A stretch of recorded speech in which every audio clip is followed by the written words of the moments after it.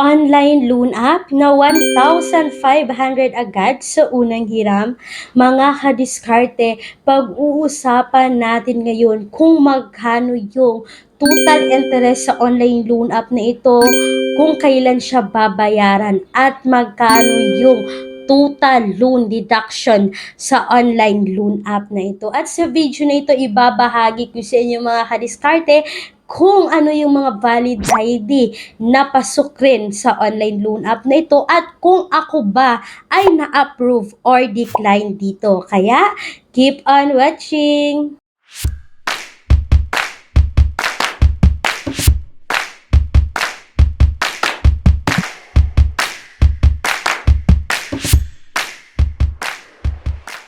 Hello mga Hadiskarte, this is Clarissa, inyong madaldal na Hadiskarte, and welcome dito sa aking YouTube channel. So mga Hadiskarte, ayun nga, sa video na ito is another utangan online pa rin yung ibabahagi ko sa inyo. Pero, disclaimer po muna tayo, as usual po mga Hadiskarte, hindi po ako agent ng utangan na ito. Isa rin po akong mangutang na kagaya ninyo. So, kung talagang naghahanap tayo ng mautangan online, make sure po na talagang mag-review po muna tayo bago tayo uutang or susubok na mangutang sa mga utangan online. So yun na nga mga kadiskarte, kung kayo ay bago dito sa aking YouTube channel at nagustuhan nyo ang review na ito, please huwag kalimutang mag-subscribe at i-click ang bell icon para ma-update kayo sa mga bawat video na ibabahagi ko sa inyo. So ito na nga mga kadiskarte, no, hindi na natin to patatagalin pa kasi itong online loan app na ito is bago pa lang sa Google Play Store. Kasi nga mga kadiskarte, meron pa lang itong 54 reviews nung sumubok akong umutang sa utangan na ito. So ito po ay si High Peso Easy Cash Loan. Si High Peso Easy Cash Loan is matatagpuan natin sa Google Play Store mga kadiskarte, at ang sabi po dito sa kanilang platform is fast, easy, and reliable cash at your fingertips. Borrow smart and live better. So mga kadiskarte, ang sabi dito, yung credit limit na pwede dito is 2,000 hanggang 50,000 pesos. Loan term na sabi is 150 to 180 days. Pero mga kadiskarte, pag ganito talaga, pag sinasabing 150 to 180 days is wag tayo mag-expect agad mga kadiskarte na totoo ito. Kasi kahit po sa ang mga utangan online is wala pang nakakautang ng ganitong loan term sa mga online loan app na aabot ng 150 days. Pero mga kadiskarte, talagang nag-install po ako ng kanilang app. Pero bago yan, is nagbabasa po ako ng mga reviews. Kasi para sa akin, big help talaga kapag tayo ay nagbabasa po muna ng mga reviews sa utangan online na ating pag-uutangan bago tayo umutang. So, ang sabi ng isang commenter, scam. It shows that I have a contract before never disperse the loan amount. No response from the customer service. Real fraud. Ito yung sabi niya mga kadiskarte. Then sa baba, isa pang commenter na nagsasabi, seem that you have a little patient and waiting for the repayment. Please do tell your agent to behave. No need to harass your client in asking for the repayment.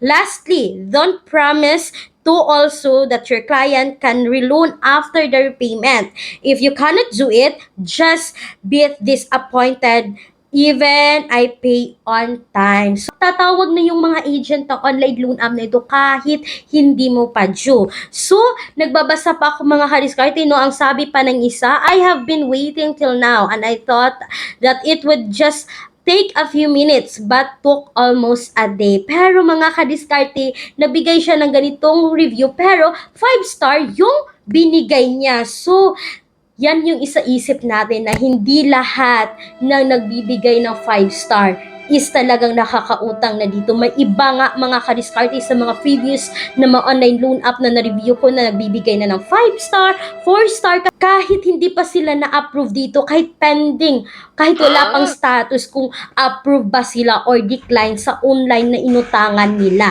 So yun na nga mga kadiskarte, no, nag-install talaga ako ng High Peso. So bago pa lang siya, as usual mga kadiskarte, no, kailangan natin i-agree ang kanilang privacy policy kasi wala namang utangan online na talagang nagpapautang na hindi tayo dumaan sa mga ganito, yung mga kailangan nilang i-access, yung location natin, yung camera, yung storage, yung app list natin. So yun mga kadiskarte, kailangan natin yang i-agree talaga.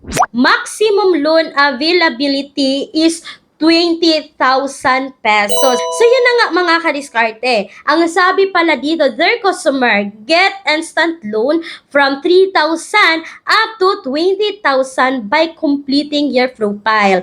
Have your original ID ready for instant approval. So yun na nga mga kadiskarte, kailangan po nating lagyan or ilagay ang ating personal information, contact information, identifying information at yung withdrawal information natin. Kailangan natin yang i-fill out lahat. And then mga kadiskarte, si Hi Peso po is nanghihingi po ng 4 contact person. Dito tayo mga kadiskarte, no? So, talagang pag-isipan natin kung sino yung mga tao, sino yung mga contact person na ilalagay natin. Kasi, pag once tayo po ay na-approve dito at tayo ay hindi nakabayad on time, is sila po yung tatawagan ng online loan app. Mga kadiskarte, yung mga valid ID na pwede dito ay National ID, SSS, Passport, Postal, UMID, Voters ID, at Driver's License. Ito yung mga pinaka-recommended nilang valid ID na gamitin natin. Pero may mga others naman sa baba like GSIS, TIN, PRC, at yung PhilHealth ID. So mag-select lang kayo dyan mga kadiskarte. Then, si Hi Peso is kailangan natin ng photo ng ating valid ID, tapos yung selfie kasama ng ating valid ID, at meron po silang facial recognition. And then mga kadiskarte, proceed na tayo dito sa kanilang withdrawal method. So merong GCash, Paymaya, GrabPay, Mlawilier, RD Pawn Shop, at yung bank details. So mga kadiskarte, mag-select lang po kayo dyan kung ano yung pipiliin ninyo. And then mga kadiskarte, pagkatapos mong mag-select dyan, is dito na tayo mga kadiskarte, no? So ito na yung bubungad.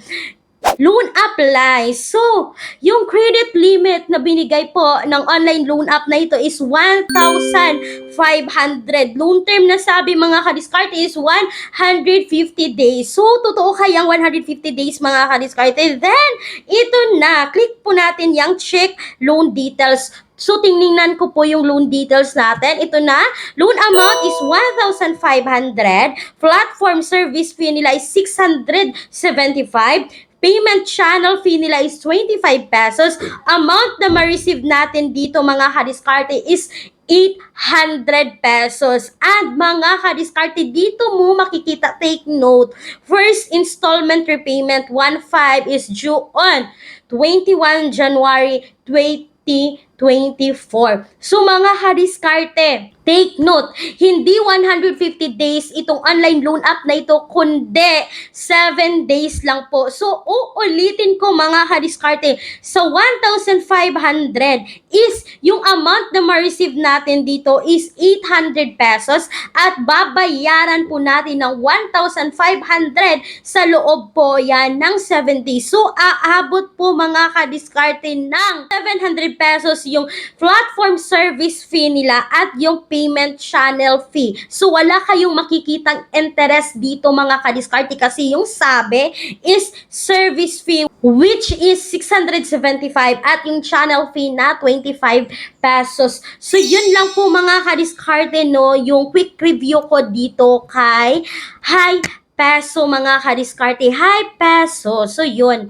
Para sa akin mga kadiskarte, no, hindi necessary talaga na ituloy natin yung pag-utang. So, para sa akin lang to mga kadiskarte, hindi ko talaga tinuloy yung pag-utang dito kay Hi Peso AC cash loan. Kasi nga, makikita nyo naman mga kadiskarte kung talaga bang kailangan nating umutang ng ganito kalaking amount. Take note, 700 within 7 days. So, ibig sabihin, 100 yung tubo sa loob po yan ng 7 araw. 100 a day. So, 700. So, saan tayo kukuha mga kadiskarte ng 100 pesos a day? Kaya mga kadiskarte, para sa akin is talagang pag-isipan nating mabuti mabuti ilagay talaga sa isip natin kung talaga bang kailangan natin to ng kahit ganito naman kalaking amount. Pero siguro kung talagang need na talaga natin mga kadiskarte, yung talagang wala na tayong ibang option,